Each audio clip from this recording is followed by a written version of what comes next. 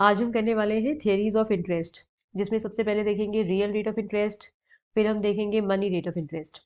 तो जो real rate of interest है, इसका मतलब होता है कि फिजिकल कैपिटल पे हम कितना रेट ऑफ रिटर्न एक्सपेक्ट कर सकते हैं। तो physical capital like machine, vehicle वगैरह, तो उस पे हम कितना रेट ऑफ रिटर्न एक्सपेक्ट कर सकते हैं।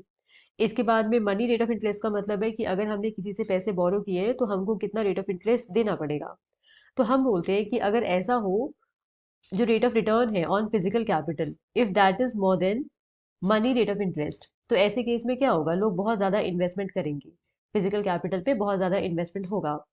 अब ऐसा क्यों है, तो सिंपल सा लॉजिक है कि मानो अगर हमने किसी से पैसे उधार लिए और उस पैसे को हम देख रहे हैं रेट ऑफ इंटरेस्ट उस पर कम देना पड़ा, और जो रेट ऑफ रिटर्न है ऑन फिजिकल कैपिटल वो ज़्यादा है, तो हम किसी से कम रेट ऑफ इंटरेस्ट पे उधार लेंगे और फिजिकल कैपिटल में लगा देंगे उस पैसे को, जहाँ से हमें ज़्यादा रेट ऑफ इंटरेस्ट जो है मिलेगा, और एट द एंड हमें बेनिफिट होगा।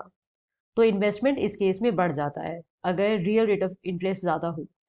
और अगर इसका उल्टा सिचुएशन है कि मान लो मनी रेट ऑफ इंटरेस्ट हमारे रियल रेट ऑफ इंटरेस्ट से ज़्यादा हो, ऐसा वाला सिचुएशन है, तो ऐसे केस में इन्वेस्टमेंट जो होगा वो डिस्करेज होगा और वो कम हो जाएगा।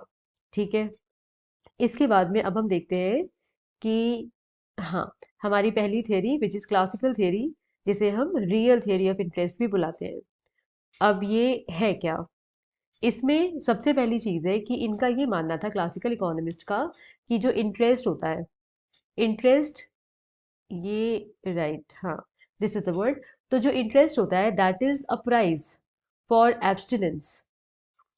जो इंटरेस्ट होता है वो एक प्राइस है एब्सटिनेंस का, जिसका मीनिंग है कि अगर एक आदमी है, वो क्या करता है, उसके पास पैसे हैं, अब वो अगर अपने आप को एब्सटेन करे, रोक ले, उस पैसे को खर्चा करने के लिए, कंज्यूम करने के लिए उससे अपने आप को रोक ले, तो वो जो रोका है उसने अपने आप को, इसका प्राइस है। तो ऐसे कैसे होगा कि मान लो एक आदमी है, उसका जितना भी इनकम है, वो उस इनकम को या तो खर्चा कर सकता है या तो सेव कर सकता है। तो वो सेव तब करेगा जब उसने अपने आप को रोक लिया है खर्चा करने से। तो उसने जो अपने आप को एब्सटेन किया है, उसकी वजह से उसकी वजह से जो उसको मिला है दैट इज इंटरेस्ट। ये हुआ। अब क्या हुआ, ये जो टर्म लाया गया एब्सटिनेंस, तो इस टर्म को लाने की वजह से कुछ प्रॉब्लम फेस करना पड़ा, और कुछ जो इकोनॉमिस्ट हैं उन्होंने क्रिटिसाइज किया इसको, जिसमें कार्ल मार्क्स हैं। तो कार्ल मार्क्स का ये कहना था कि ये बात गलत है कि जो इंटरेस्ट है वो प्राइस है फॉर एब्सटिनेंस। ये गलत बात है, क्योंकि जो बहुत रिच पीपल है उनके केस में ये बिल्कुल भी फिट नहीं बैठता। जो बहुत अमीर लोग हैं, वो अपने आप को एब्सटेन नहीं कर रहे हैं फ्रॉम कंज्यूमिंग एनीथिंग। वो लोग क्या कर रहे हैं, उनके पास में अच्छा खासा इनकम है, जितना कंज्यूम करना चाह रहे हैं कर पा रहे हैं। अब जो लेफ्ट लेफ्ट आउट है, जो बच गया पोर्शन, उस वो बचा हुआ पोर्शन इज देयर सेविंग। चाहे वो उतना वो खर्चा कर नहीं पा रहे, उनको जितना खर्चा करना था उन्होंने कर लिया, अब जो बच गया है दैट इज देयर सेविंग। तो उनके केस में आप थोड़ी बोलोगे कि एब्सटिनेंस की वजह से ये हुआ है, उनको प्राइज मिला है दैट इज इंटरेस्ट, नो। उनके केस में ये बात नहीं बोली जा सकती। तो क्या हुआ कि जब ऐसी बातें बोली गई, तो मार्शल ने इसकी जगह पे ये टर्म यूज किया, एब्सटिनेंस की जगह पे वेटिंग टर्म को यूज किया। और उन्होंने ये बोला कि ठीक है, अगर एक आदमी है, वो क्या होता है, उसका जो भी इनकम है, और ठीक है अगर वो एब्सटेन नहीं कर रहा अपने आप को, ओके। तो उन्होंने ये बोला कि मान लो एक आदमी है, उसका एक सर्टेन इनकम है, अब वो क्या करेगा, अपनी उस इनकम को कंज्यूम भी कर सकता है, पर अभी वो नहीं कर रहा, वो पोस्टपोन कर रहा है अपना कंजम्पशन। वो अपने कंजम्पशन को पोस्टपोन कर रहा है, और उसको थोड़ा सेव कर रहा है, फिलहाल ना करके उसको सेव कर रहा है। ठीक है, उसने सेव किया, सेव करने के बाद उसने किसी और को वो पैसे दे दिए उधार के फॉर्म में। अब जिसको उधार के फॉर्म में दिए, वो वापस उसको वो पैसे करेगा कुछ टाइम बाद, और साथ में रेट ऑफ इंटरेस्ट भी देगा। तो इस बंदे को, जिसने अपनी इनकम को सेव किया था, उसको ये रेट ऑफ इंटरेस्ट मिला उस इंसान से जिसको इसने उधार दिया। तो क्यों मिला, इसलिए मिला क्योंकि उसने वेट किया, उसने सेव किया, तब उसने वेट किया, फिर उसने किसी को दिया और वापस मिलने का वेट किया, तो इसने जो टोटल वेट किया उसका प्राइस मिला है उसको। तो दैट इज इंटरेस्ट। तो ये बात क्लासिकल इकोनॉमिक्स ने इस तरह से समझाई। ठीक है। अब हम देख रहे हैं नेक्स्ट जो चीज दिख रही है that is liquidity preference theory of interest. तो जो लिक्विडिटी प्रेफरेंस है, ये केन्स की थियरी है, हमें पता है। तो केन्स ने बोला कि इंटरेस्ट क्यों मिला है, तो इंटरेस्ट मिलने का रीजन ये सब नहीं है, एब्सटिनेंस या वेटिंग नहीं है। इंटरेस्ट मिलने का रीजन है अपने आप को लिक्विडिटी से दूर करना, कि कोई भी इंसान अगर अपने पास में लिक्विड फॉर्म में रखना चाहता है पैसे, और वो नहीं रख रहा है, अब वो नहीं कर रहा है, अपने पास में रखने के बजाय वो कहीं और उस पैसे को लगा रहा है, तो ये उसकी वजह से मिला हुआ इंटरेस्ट है उसको। तो इंटरेस्ट वो वाला फायदा है जो उस इंसान को मिलेगा क्योंकि उसने अपने आप को अपने पास में लिक्विड पैसे ना रख के उसका कुछ और किया, तो लिक्विडिटी से खुद को पार्ट किया, दूर किया, जिसकी वजह से उसे एक प्राइज मिला, दैट इज इंटरेस्ट। तो उन्होंने इस तरह से इस बात को समझाया। तो जो केन्स की थ्योरी है दैट वो पूरी तरह से मॉनेटरी थ्योरी है। तो हमने ये देखा, एंड देन एक और थ्योरी बच गई है, वो है लोनेबल फंड्स, या इसे new classical theory of interest बुलाते हैं। अब इन्होंने ये बोला कि इंटरेस्ट कैसे डिसाइड होगा, कितना इंटरेस्ट है कैसे डिसाइड होगा। तो ये इस तरह से डिसाइड होगा कि जो लोनेबल फंड्स हैं उनका डिमांड कितना है और उनका सप्लाई कितना है एक मार्केट के अंदर, तो उसका जो इक्विलिब्रियम होगा उससे डिसाइड होगा कि इंटरेस्ट क्या होने वाला है। तो न्यू क्लासिकल जो है उनका ये मानना था। अब हम देखते हैं बोम बावर्क्स एक्सप्लेनेशन ऑफ इंटरेस्ट। तो ये ऑस्ट्रियन इकोनॉमिस्ट थे और इन्होंने एक नई एक्सप्लेनेशन रखी इंटरेस्ट थ्योरी की। इन्होंने ये बोला इंटरेस्ट जो होता है वो इस वजह से होता है क्योंकि लोग जो है वो प्रेफर करते हैं present goods to future goods. लोगों की प्रेफरेंस प्रेजेंट गुड्स की तरफ ज्यादा होगा टू फ्यूचर गुड्स, चाहे वो दोनों गुड्स सिमिलर हो, सेम हो, और क्वांटिटी में भी सेम हो। तो दोनों तरह से अगर वो सेम है, quality wise quantity wise, even then people will prefer present goods to future goods. तो ये चीज इन्होंने बोली। तो इनके अकॉर्डिंग जो इंटरेस्ट है वो एक तरह से एक डिस्काउंट है जो लोगों को पे किया जाना चाहिए ताकि वो पैसे लेंड करें और अपने जो प्रेजेंट सेटिस्फैक्शन उनको मिल सकता है अभी चीजों को खरीद के कंज्यूम करके, उसको छोड़ के वो एक्चुअली पैसे लेंड करें। तो उसके लिए उन्हें कुछ मिलना चाहिए तभी वो ऐसा करेंगे, क्योंकि प्रेजेंट गुड्स जो है उसको वो ऑलरेडी हम जानते हैं प्रेफर करते हैं। तो ऐसे केस में इंटरेस्ट दिया जाएगा ताकि वो ऐसा ना करें, अभी कंजम्पशन ना करें, अभी गुड्स को परचेज ना करें और उसके बजाय वो लेंड करें। अब इसके पीछे उन्होंने कुछ रीजंस दिए। तो पहला रीजन उन्होंने दिया वो ये था कि जो लोग हैं वो अपनी प्रेजेंट नीड्स को ज्यादा इंटेंसली फील करते हैं टू देयर फ्यूचर नीड्स। पहली बात ये है, अगर उनको लगता है कि कोई चीज़ फ्यूचर में उन्हें ज़रूरत होगी और कोई चीज़ अभी उनको ज़रूरत है, तो अभी वाली जो नीड है वो ज़्यादा इंटेंसिटी के साथ उन्हें फील होगी। तो एक रीज़न ये है जिसकी वजह से प्रेजेंट गुड्स उनको ज़्यादा सेटिस्फैक्शन देगा टू फ्यूचर गुड्स। दूसरा रीज़न ये है कि हम बोलते हैं जो फ्यूचर है वो आप एस्टिमेट तो कर नहीं सकते, कुछ भी हो सकता है। तो फ्यूचर अनसर्टेन है। उन अनसर्टेनिटीज की वजह से कुछ लोग ये मानते हैं कि क्या मालूम कितना हम जीने वाले हैं, इसके बारे में हम कुछ नहीं कह सकते। तो इस वजह से वो फ्यूचर के लिए कुछ प्लान करने के बजाय वो अभी ही ज़्यादा सेटिस्फैक्शन अटेन करना चाहते हैं। और तीसरी बात ये है कि लोगों में इतनी ज़्यादा इमेजिनेशन नहीं है कि वो इस बात को जज कर सकें कि फ्यूचर में किसी चीज़ की नीड उन्हें कितनी इंटेंसली फील होने वाली है। तो ये चीज़ है। और अक्सर ये भी देखने में आता है कि लोग अपने फ्यूचर नीड्स जो है उसको अंडर वैल्यू करते हैं, प्रेजेंट नीड्स को ज़्यादा वैल्यू करते हैं।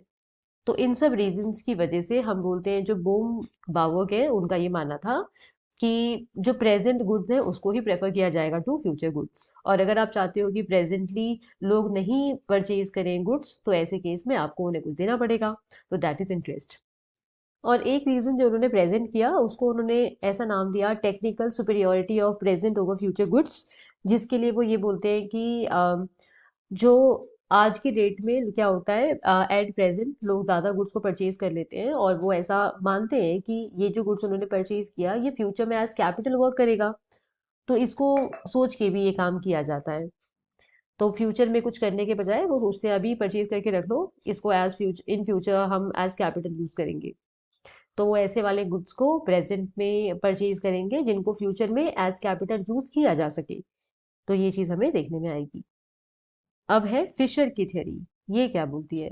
तो अर्विंग फिशर जो थे ये अमेरिकन इकोनॉमिस्ट थे और ये जो थे बोम बावर की थ्योरी से काफी ज्यादा अग्री करते थे।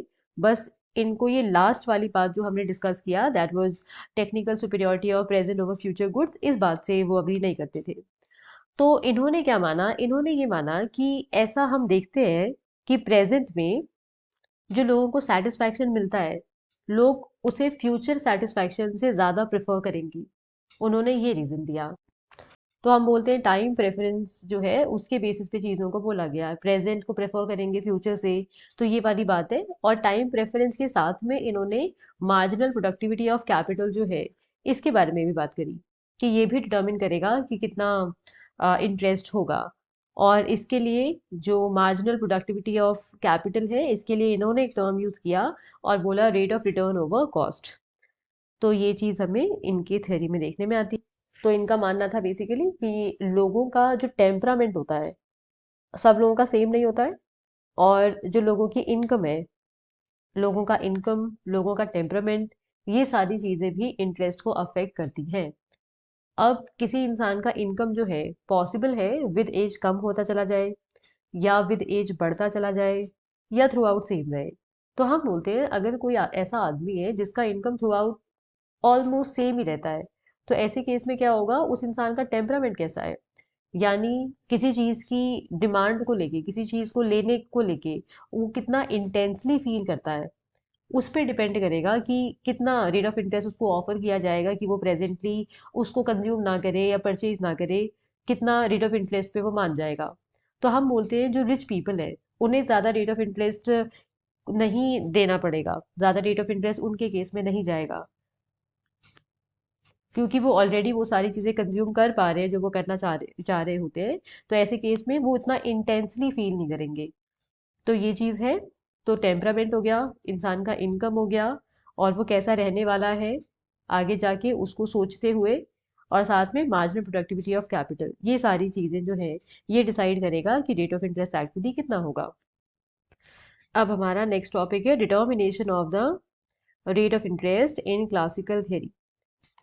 तो इसको हम डायग्राम से देखने वाले हैं, और हमारा पहला डायग्राम हम ये पहले डिस्कस कर रहे हैं। तो इसमें ये बातें हैं कि जितने भी फैक्टर्स ऑफ प्रोडक्शन है उसमें उन सब में हम कुछ ना कुछ marginal marginal revenue productivity expect करते हैं। और कैपिटल भी उसी में से एक है, एक फैक्टर ऑफ प्रोडक्शन ही है। पर इसका केस बाकी फैक्टर्स ऑफ प्रोडक्शन से डिफरेंट है, क्योंकि कैपिटल को हम कई सारे सालों तक इस्तेमाल कर सकते हैं। तो इससे आने वाले जो रिटर्न्स हैं वो भी ऐसे ही बटे हुए होते हैं कई सालों के बीच में। तो क्योंकि फ्यूचर अनसर्टेन है, आप श्योरली कुछ नहीं बोल सकते। तो इस वजह से जो एक एंटरप्रेन्योर है उसको जज करना पड़ेगा कि फ्यूचर की अनसर्टेनिटीज को देखते हुए जो प्रोस्पेक्टिव यील्ड है, कितना इनकम मिल सकता है उस कैपिटल एसेट से, उसको एस्टिमेट करें। उसको एस्टिमेट करें ये सोचते हुए कि कितना मेंटेनेंस में जा सकता है, ऑपरेटिंग कॉस्ट क्या होगा, ये सारा दिमाग लगा के वो एक जज कर सके कि कितना एक्चुअली उस सामान का, उस कैपिटल का मार्जिनल रेवेन्यू प्रोडक्टिविटी होने वाला है। और इस चीज को ओवरऑल फ्यूचर तक का सोच वोच के जो हमने निकाला, तो that is called net expected return, जिसको हम परसेंटेज में शो करते हैं। अब ये अगर हम देखें यहाँ पे, ये कर्व जो है ये हमारा इन्वेस्टमेंट डिमांड कर्व है, या इसे हम एमआरपी भी बोल देते हैं, मार्जिनल रेवेन्यू प्रोडक्टिविटी कर्व, जो कि डाउनवर्ड स्लोपिंग है। ये ऐसा क्यों है, तो हम बोलते हैं जितना ज्यादा कैपिटल एसेट हमारे पास में रहेगा, तो एक्स्ट्रा यूनिट से, मार्जिनल यूनिट से मिलने वाली जो एक्सपेक्टेड इनकम होगी वो कम होती चली जाएगी। तो इस वजह से हमारा जो एमआरपी कर्व है, या हम इनकम डिमांड कर्व बोले, वो हम देखते हैं वो डाउनवर्ड स्लोपिंग है। ठीक है। अब हम देखते हैं कि किस तरह से रेट ऑफ इंटरेस्ट डिसाइड होगा। तो हम देखते हैं कि ये अपना saving curve, now this is investment curve, जहां पे दोनों इंटरसेक्ट करेंगे इक्विलिब्रियम होगा, हमारा रेट ऑफ इंटरेस्ट डिसाइड हो गया। अब यहाँ पे ये सब क्या शो कर रहा है, तो हम बोलते हैं ये जो रेट ऑफ इंटरेस्ट के ओ आर होने पे जो एंटरप्रेन्योर है वो इन्वेस्टमेंट कितना करेगा, ओ एन करेगा, इतना करेगा। अब क्या हुआ, रेट ऑफ इंटरेस्ट रिड्यूस हो गया, वो ओ आर डैश हो गया। तो ओ आर डैश होने पे अब ज्यादा कैपिटल प्रोजेक्ट्स में पैसा लगाना प्रॉफिटेबल हो जाएगा। तो ऐसे केस में हमारा जो इन्वेस्टमेंट है वो हम देख रहे हैं वो भी बढ़ गया, वो ओ एन डैश हो गया है। तो इस वजह से ये हमें इस डायग्राम में देखने मिल रहा है, और यहाँ पे हमें इक्विलिब्रियम शो हो रहा है इस ई पॉइंट पे। तो इस ओ एन पे इक्विलिब्रियम वाला सिचुएशन है, और यहाँ पे सेविंग और इन्वेस्टमेंट दोनों बराबर है। जो कि OR रेट ऑफ इंटरेस्ट पे हो रहा है। अब हम आते हैं अपने नेक्स्ट उस पे। Okay, so now critical appraisal. तो इस थ्योरी की क्या कुछ बुराई की गई, उसको भी हम देख लेते हैं। ओके, तो सबसे पहली चीज़ है फुल एम्प्लॉयमेंट अजम्पशन। तो इसके अंदर ये अज्यूम किया गया है कि फुल एम्प्लॉयमेंट है, जो कि बहुत ही अनरियलिस्टिक है। इसके अलावा इसकी क्रिटिसिज्म में बोला जाता है कि changes in income level is ignored. तो इनकम में क्या बदलाव हुआ नहीं हुआ इसको इन्होंने बिल्कुल कंसिडर ही नहीं किया। और साथ में ये बात भी बोली गई है कि जो सेविंग्स है और जो इंटरेस्ट है इनके बीच में एक डायरेक्ट रिलेशन शो कर दिया गया है, जो भी डाउटफुल है। इस वजह से, क्योंकि ऐसा बोला जाएगा कि मान लो अगर ज़्यादा सेविंग हो रही है, ज़्यादा सेविंग हो रही है क्योंकि रेट ऑफ इंटरेस्ट ज़्यादा है, अगर ऐसा हुआ तो ऐसे केस में क्या होगा, इन्वेस्टमेंट भी तो बढ़ेगा क्योंकि आप सेविंग बढ़ा रहे हो। यानी ज़्यादा सेविंग हुई क्योंकि रेट ऑफ इंटरेस्ट ज़्यादा था। और अगर ज़्यादा सेविंग है तो वो सेविंग का इस्तेमाल इन्वेस्टमेंट के लिए भी किया जा सकेगा, उसकी वजह से इन्वेस्टमेंट भी बढ़ना चाहिए। पर ऐसी चीज़ों के बारे में कोई बात नहीं की गई। और इनकम में जो बदलाव होगा, इनकम में बदलाव की वजह से क्या कुछ इनके साथ में होना चाहिए, इन्वेस्टमेंट के साथ में, सेविंग के साथ में, इस बारे में कोई बातचीत ही नहीं की गई है। तो हमें पता है वैसे कि अगर इनकम कम होगा तो सेविंग भी कम होगी, पर इस बारे में कोई भी इन्होंने इसको कंसिडर नहीं किया। तो ये दो हमें इसकी प्रॉब्लम दिख रही है। इसके अलावा तीसरी दिक्कत है disincentive effect of lesser consumption on investment ignored. अब ये बोल रहे हैं कि अगर आप कंजम्पशन कम करोगे, कंजम्पशन को अगर कम कर दिया जाए तो इसका बुरा इम्पैक्ट इन्वेस्टमेंट पे भी पड़ेगा। क्लासिकल इकोनॉमिस्ट बार बार इस बात पे जोर देते रहे कि अगर आप कंजम्पशन कम करोगे तो इन्वेस्टमेंट बढ़ेगा, क्योंकि सेविंग बढ़ेगा, इन्वेस्टमेंट बढ़ेगा, ये वाली बात। बट ऐसा नहीं होता है। अगर आप कंजम्पशन कम करोगे तो कंज्यूमर गुड्स की डिमांड घट जाएगी, जो अफेक्ट करेगा कैपिटल गुड्स की डिमांड को, जिसकी वजह से एट द एंड इन्वेस्टमेंट भी कम हो जाएगा। तो ये इन्होंने इस बात को भी बिल्कुल कुछ भी इसके बारे में नहीं बोला। Then independence of savings schedule from investment schedule. Saving schedule और इन्वेस्टमेंट शेड्यूल को इंडिपेंडेंट माना एक दूसरे से, जो कि इनकरेक्ट है। क्यों, और ये क्यों माना गया है, बेसिकली क्योंकि इन्होंने इनकम को कांस्टेंट मान लिया है।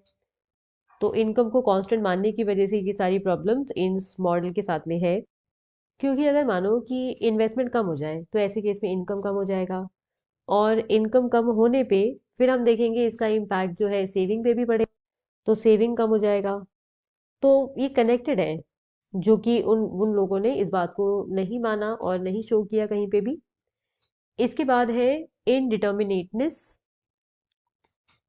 केन्स ने क्लासिकल थ्योरी को इनडिटर्मिनेट कंसिडर किया है। ऐसा क्यों?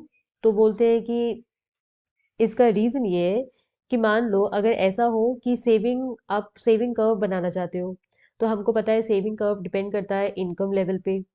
अब इनकम में अगर इनकम बढ़ जाए घट जाए तो उससे सेविंग कर्व जो होगा वो भी अफेक्ट होगा। अब अगर आप इनकम का लेवल जानते ही नहीं हो तो आप कैसे सेविंग कर्व बना सकते हो? और अगर आप सेविंग कर्व नहीं बना पाओगे तो रेट ऑफ इंटरेस्ट कैसे पता चलेगा? तो हम बोलते हैं कि इस सब चीज़ों की वजह से ये बड़ा इनडिटर्मिनेट मॉडल है। इसके बाद में है loanable funds theory of interest.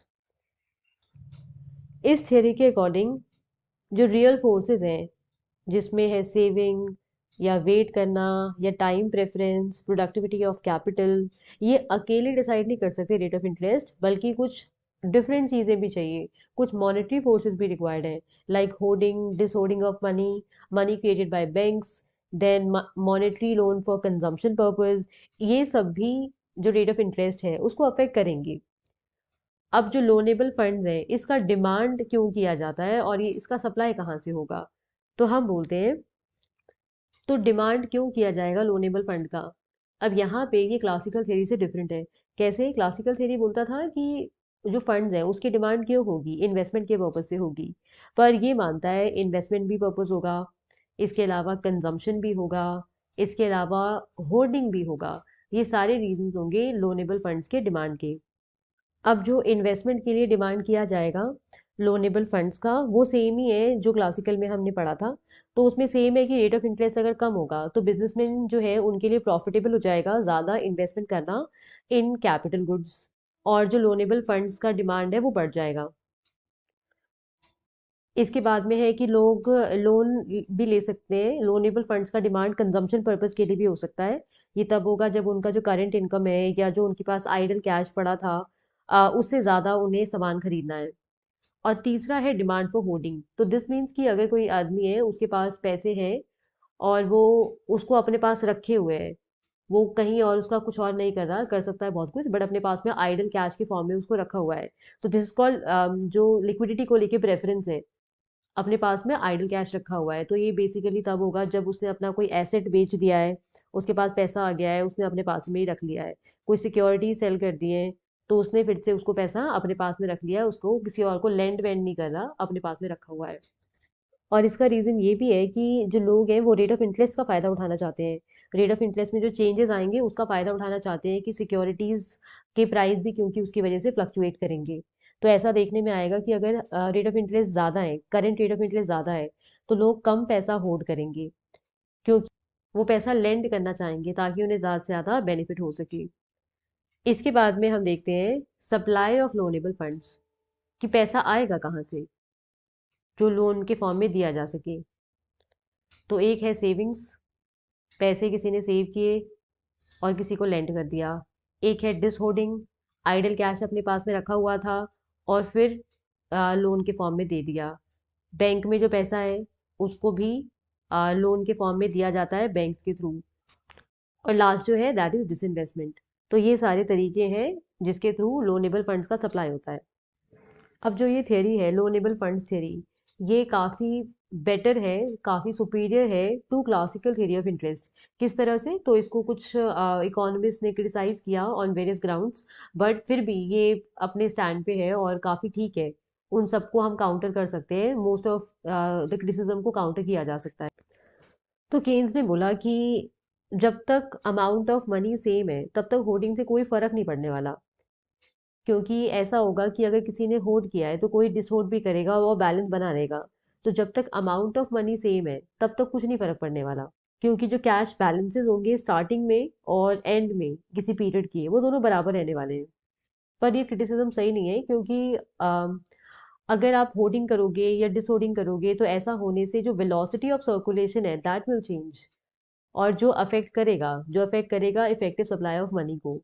तो अमाउंट ऑफ मनी अकेला फैक्टर नहीं है जो चीज़ों को डिसाइड करेगा, वेलोसिटी ऑफ मनी जो है उस पे भी डिपेंड करती हैं चीज़ें, जो होर्डिंग और डिसहोर्डिंग से चेंज हो जाएगा। दूसरा क्रिटिसिज्म ये था कि क्लासिकल थ्योरी में जो प्रॉब्लम है वही प्रॉब्लम यहाँ पे भी है, कि यहाँ पे भी वही बात हो रही है कि आप इंटरेस्ट रेट को डिटर्मिन नहीं कर पाओगे, क्योंकि इसके अंदर सबसे पहले आप जो इनकम है उसके बारे में, वही वाली सिचुएशन है कि अगर आपको लेवल ऑफ इनकम नहीं पता है तो आप कैसे पता लगा पाओगे रेट ऑफ इंटरेस्ट, और कैसे ये थ्योरी आगे जा पाएगा। तो ये वाली चीज़ है, यही केन्स ने इस थ्योरी के लिए भी बोला जो उन्होंने क्लासिकल थ्योरी के लिए बोला था।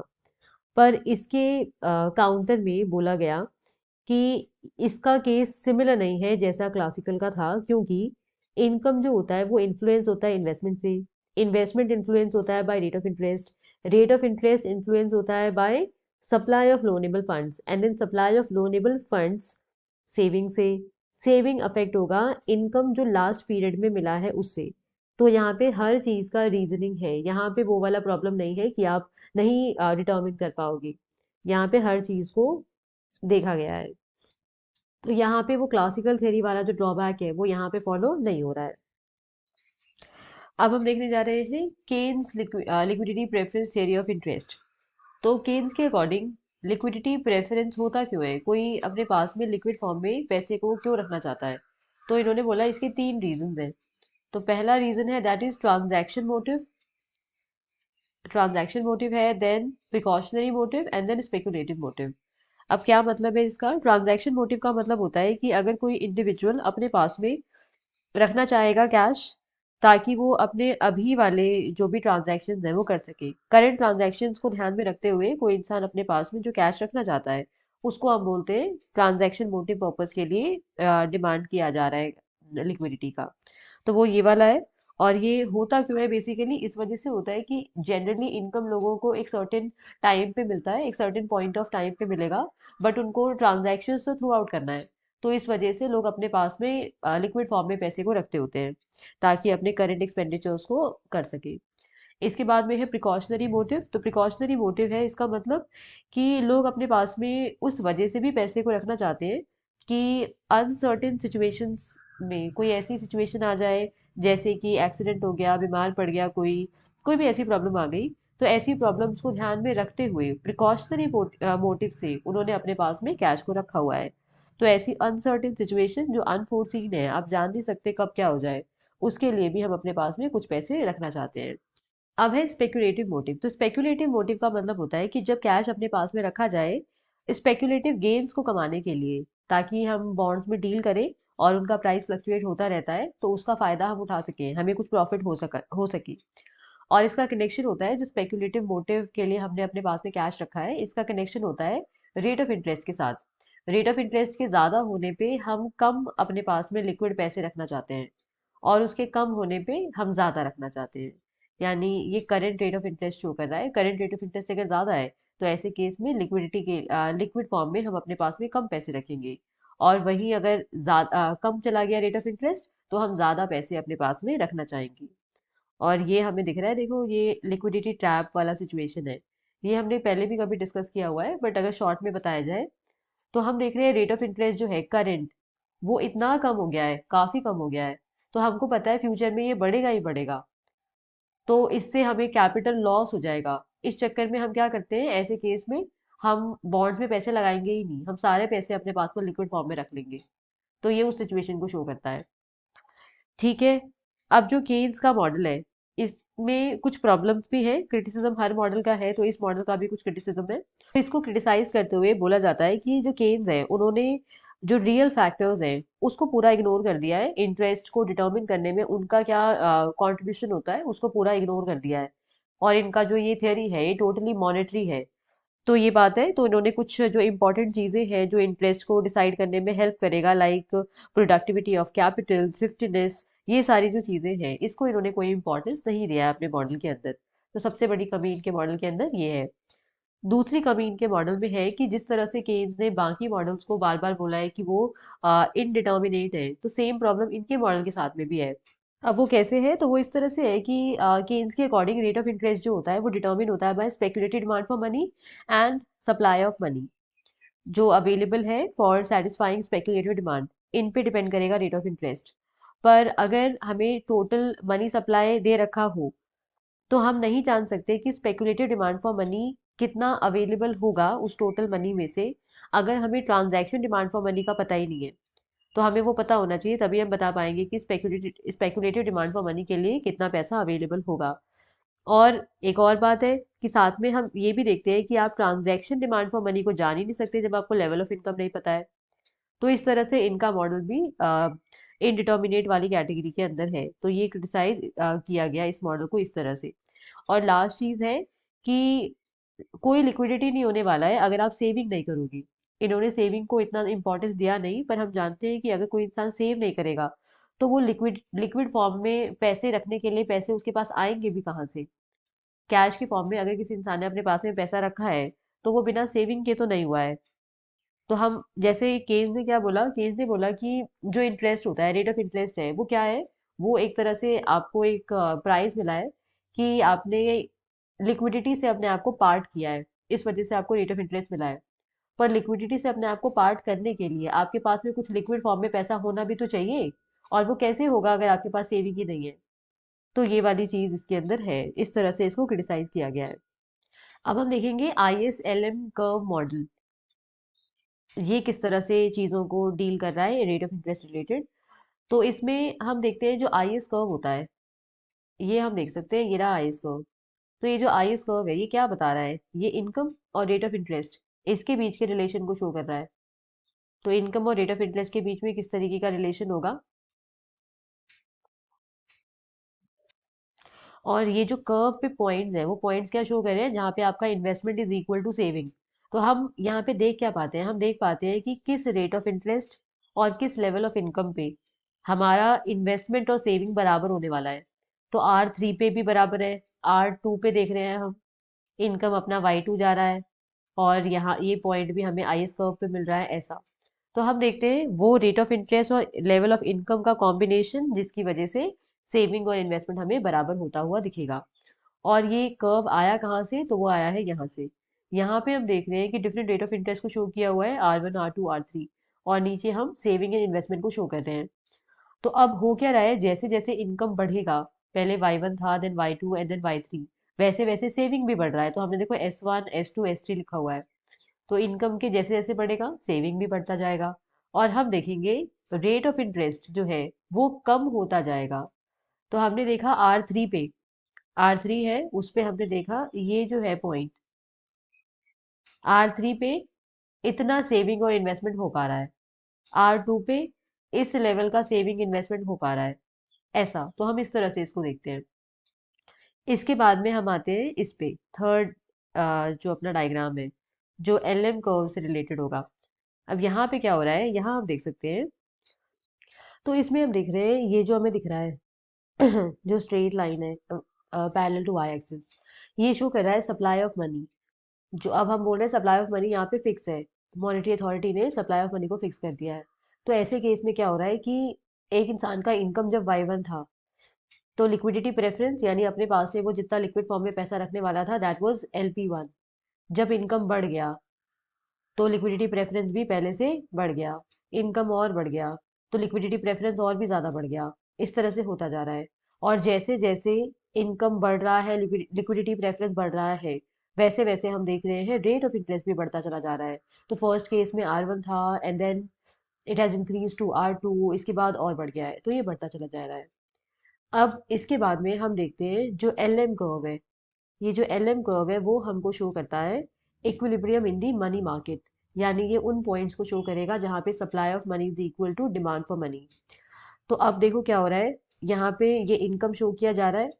तो यानी जब रेट ऑफ इंटरेस्ट R1 है, इनकम Y1 है, तब हम देख रहे हैं इस पॉइंट पे अपना supply of money is equal to demand for money. इसके बाद R2 rate of interest, income level is Y2 and then again हम एक पॉइंट पे आते हैं जो LM कर्व पे हमको मिल रहा है। तो LM कर्व जो है वो लोकस है उन पॉइंट्स का जिन पॉइंट्स पे डिमांड और सप्लाई जो है मनी की वो बराबर है। तो जो रेट ऑफ इंटरेस्ट है वो सिर्फ डिमांड से अफेक्ट नहीं होता, डिमांड कितना है पैसे के लिए, सप्लाई से भी अफेक्ट होता है। पहले मान लो सप्लाई इतना मॉनेटरी अथॉरिटी ने फिक्स कर रखा था, अगर वो इसको बढ़ा दे तो क्या हो जाएगा, यहाँ पे कहीं बन जाएगा। तो अगर इसको बढ़ा दिया जाता है तो हम देखेंगे जो LM कर्व है वो भी राइटवर्ड शिफ्ट हो जाएगा, और अगर इसको कम कर दिया जाए तो ये लेफ्टवर्ड शिफ्ट हो जाएगा। तो जो LM कर्व है वो क्या कर रहा है, वो हमें रेट ऑफ इंटरेस्ट और डिफरेंट लेवल्स, ये हमें बता रहा है basically different levels of income पे रेट ऑफ इंटरेस्ट क्या होने वाला है उसको शो कर रहा है। अब ये जो पूरा मॉडल है, ये जो हम देख रहे हैं ISLM curve model rate of interest को डिटर्मिन करने के लिए जो हमने अभी देखा, ये जो पूरा मॉडल है, ये हिक्स और हैंसन जो है उन्होंने इसको निकाला था। तो हिक्स और हैंसन की ये जो थ्योरी है ISLM मॉडल के थ्रू रेट ऑफ इंटरेस्ट जो है उसको निकालने की, ये वाइडली एक्सेप्टेड है। और आज भी बहुत ज़्यादा इसको एक्सेप्ट किया गया है, इसको बहुत ज़्यादा क्रिटिसिज्म फेस नहीं करना पड़ा है। थोड़ा बहुत लोगों ने कभी किसी बेसिस पे इसको क्रिटिसाइज किया है। इसमें अच्छी बात यह है कि इसके अंदर इन्होंने इस बात को एक तरह से इनकॉर्पोरेट करा है इस मॉडल में कि मॉनेटरी और रियल फैक्टर्स दोनों के दोनों का रोल है रेट ऑफ इंटरेस्ट को डिटर्मिन करने में। अब हमारा लास्ट टॉपिक रहता है that is why rate of interest is positive. तो जो मनी रेट ऑफ इंटरेस्ट है वो पॉजिटिव क्यों है, इसको लेके केन्स का क्या व्यू है।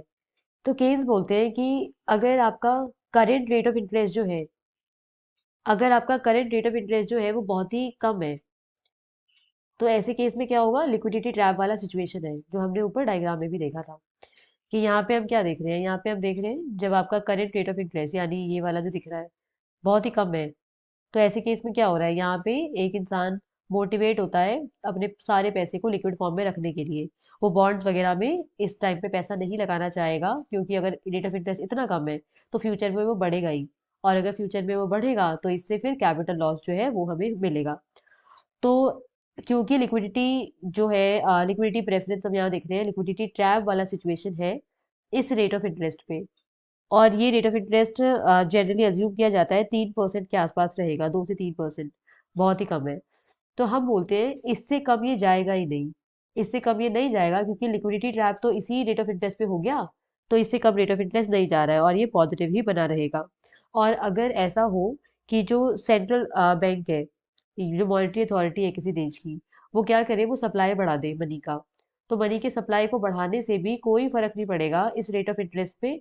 क्योंकि उस केस में क्या होगा, अगर सप्लाई बढ़ गया तो लोग क्या करेंगे, वो सारा का सारा पैसा जो एक्स्ट्रा आया है सप्लाई ऑफ मनी के बढ़ने की वजह से, मान लो पहले ये था सप्लाई ऑफ मनी, अब मॉनेटरी अथॉरिटी ने सप्लाई ऑफ मनी को बढ़ा दिया ताकि लोग ज्यादा जो है पैसे लगा सके बॉन्ड्स के अंदर।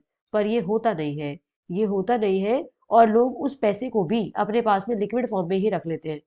तो सप्लाई ऑफ मनी के बढ़ने की वजह से भी रेट ऑफ इंटरेस्ट जो है उसमें कोई फर्क नहीं पड़ता इस पॉइंट के बाद, इस 3% जो हमने बोला या इतना कम रेट ऑफ इंटरेस्ट के बाद। तो हम बोलते हैं रेट ऑफ इंटरेस्ट पॉजिटिव ही रहेगा क्योंकि इससे नीचे वो नहीं जाएगा। ओके। इसके बाद में फिशर का क्या एनालिसिस है। तो फिशर बोलता है कि जो रेट ऑफ इंटरेस्ट है, चाहे वो रियल हो या मनी रेट ऑफ इंटरेस्ट हो, दोनों के दोनों पॉजिटिव ही रहेंगे। तो इसका रीजन उन्होंने बोला इम्पेशंस टू कंज्यूम नाउ, कि लोग जो है क्योंकि वो इम्पेशेंट है, वो प्रेजेंट में जो कंजम्पशन है उसको प्रेफर करते हैं टू फ्यूचर कंजम्पशन। तो जब तक प्रेजेंट वाली कंजम्पशन जो है उसको प्रेफर किया जाएगा टू फ्यूचर कंजम्पशन, और जो कैपिटल है वो प्रोडक्टिव है, तब तक जो रियल रेट ऑफ इंटरेस्ट है that is going to be positive और वो जीरो नहीं होने वाला है। तो ये वाली चीज इन्होंने बोली, और साथ में जब तक ये सिचुएशन प्रिवेल करेगा तब तक तो वो जीरो नहीं होने वाला है। मतलब जीरो भी नहीं होगा, नेगेटिव तो बहुत दूर की बात है, जीरो भी नहीं होने वाला है। और जब तक ये चीज मार्केट फोर्सेस के थ्रू फ्रीली डिटर्मिन होने दिया जाए तब तक ये नहीं होगा, अनलेस की गवर्नमेंट जो है वो कुछ करने लगे। जब तक फ्री मार्केट फोर्सेस के थ्रू ये सब चीजें डिसाइड होंगी तब तक ऐसा नहीं होने वाला है कि रेट ऑफ इंटरेस्ट नेगेटिव चला जाएगा, ऐसा नहीं होगा। तो दैट्स इट, अब हमारा ये चैप्टर फिनिश हो चुका है।